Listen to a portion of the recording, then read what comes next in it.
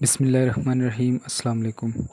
آپ سلمان سپیکس دیکھ رہے ہیں۔ نئی ویڈیو میں آپ کو خوش آمدید کہتے ہیں۔ حضرت یونس علیہ السلام کا زمانہ 860 سے 784 قبل مسیح کے درمیان بتایا جاتا ہے۔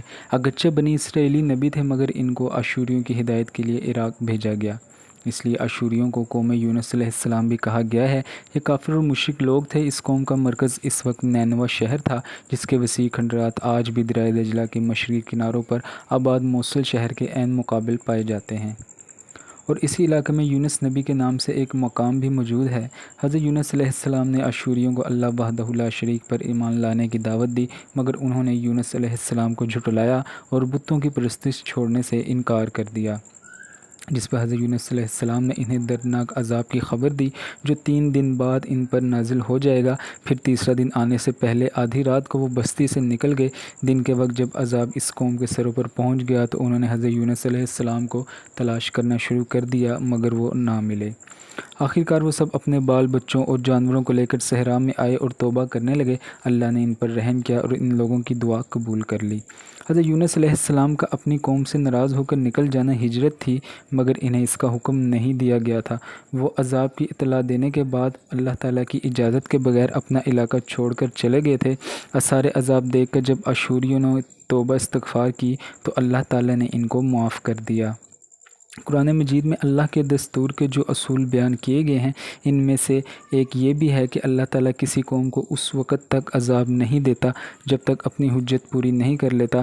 بس جب نبی نے اس قوم کو مہلت کے آخری لمحے تک نصیحت کا سلسلہ جاری نہ رکھا اور اللہ کے مقرر کردہ وقت سے پہلے خود ہی ہجرت کر گئے تو اللہ کے انصاف نے اس قوم کو عذاب دینا گوارا نہ کیا، کیونکہ اس پر تمام حجت کی شرائط پوری نہیں ہوتی۔ دوسری طرف حضرت یونس علیہ السلام فرات کے کنارے پہنچے۔ وہاں پر ایک کشتی کو مسافروں سے بھرا ہوا پایا۔ آپ اس کشتی میں بیٹھ گئے اور کشتی نے سفر کا آغاز کیا۔ سارا دن کشتی بڑے آرام اور سکون سے چلتی رہی، لیکن شام کو اونچی اونچی لہریں اٹھنا شروع ہو گئیں۔ لوگوں کو ایسا لگا کہ کشتی اب مکمل طور پر غرق ہو جائے گی، تو لوگوں نے اپنا ساز و سامان پھینکنا شروع کر دیا۔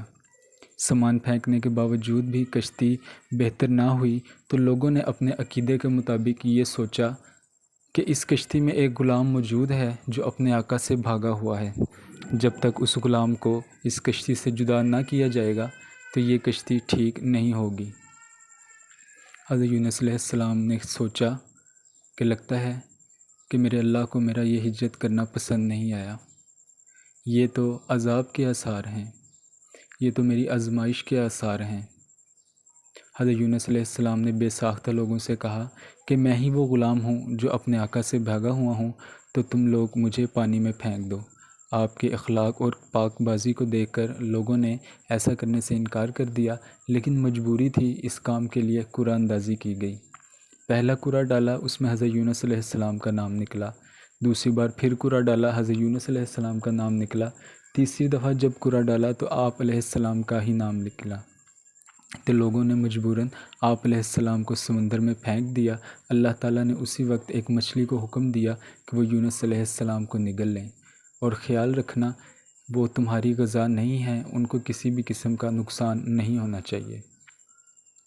تھوڑی دیر بعد حضرت یونس علیہ السلام نے اپنے آپ کو مچھلی کے پیٹ میں زندہ پایا تو اللہ تعالیٰ کو یاد کیا۔ آپ کے اوپر 3 اندھیرے غالب آ چکے تھے، رات کا اندھیرا، مچھلی کے پیٹ کا اندھیرا، سمندر کا اندھیرا۔ آپ بے ساختہ پکار اٹھے، لا الہ الا انت سبحانک انی کنت من الظالمین، جس کا مفہوم یہ ہے نہیں ہے کوئی اللہ مگر تو، تیری ذات پاک ہے، بے شک میں قصورواروں میں ہوں۔ سورہ الصافات کی آیت 144 اور 43 میں ارشاد ہوا، اب اگر وہ تسبیح کرنے والوں میں نہ ہوتے تو روز قیامت تک مچھلی کے پیٹ میں ہی رہتے۔ حضرت یونس علیہ السلام نے جب اپنے قصور کا اعتراف کر لیا اور اللہ کی تسبیح میں لگ گئے تو اللہ کے حکم سے مچھلی نے ان کو ساحلی علاقے پر اگل دیا۔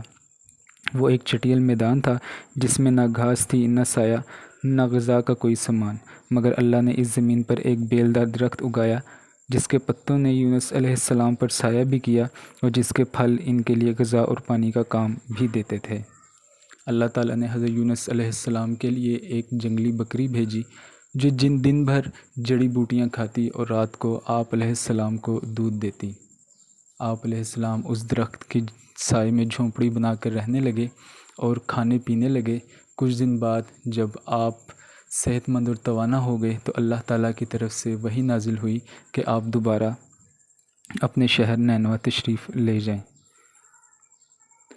پھر اللہ تعالیٰ کی وحی کے مطابق حضرت یونس علیہ السلام اسی بستی کی طرف بھیجے گئے جہاں کے لوگوں نے توبہ استغفار کی تھی، تاکہ وہ یونس پر ایمان لا کر باقاعدہ مسلمان ہو جائیں۔ حضرت سعد بن ابی وقاص رضی اللہ تعالیٰ عنہ روایت کرتے ہیں کہ رسول اللہ صلی اللہ علیہ وآلہ وسلم نے فرمایا، جب کوئی بندہ مومن اپنی کسی تکلیف اور پریشانی کے موقع پر وہ دعا مانگتا ہے جو یونس علیہ السلام نے مچھلی کے پیٹ میں مانگی تھی، تو اسے ضرور شرف قبولیت حاصل ہوتا ہے۔ آپ کو آج کی ویڈیو کیسی لگی؟ اپنی رائے کا اظہار کمنٹ سیکشن میں ضرور کیجیے۔ ویڈیو کو لائک کیجیے، چینل کو سبسکرائب کیجیے۔ اب میں آپ سے ملوں گا اگلی ایک انٹرسٹنگ ویڈیو کے ساتھ۔ تب تک کے لیے اجازت دیجیے۔ اللہ حافظ۔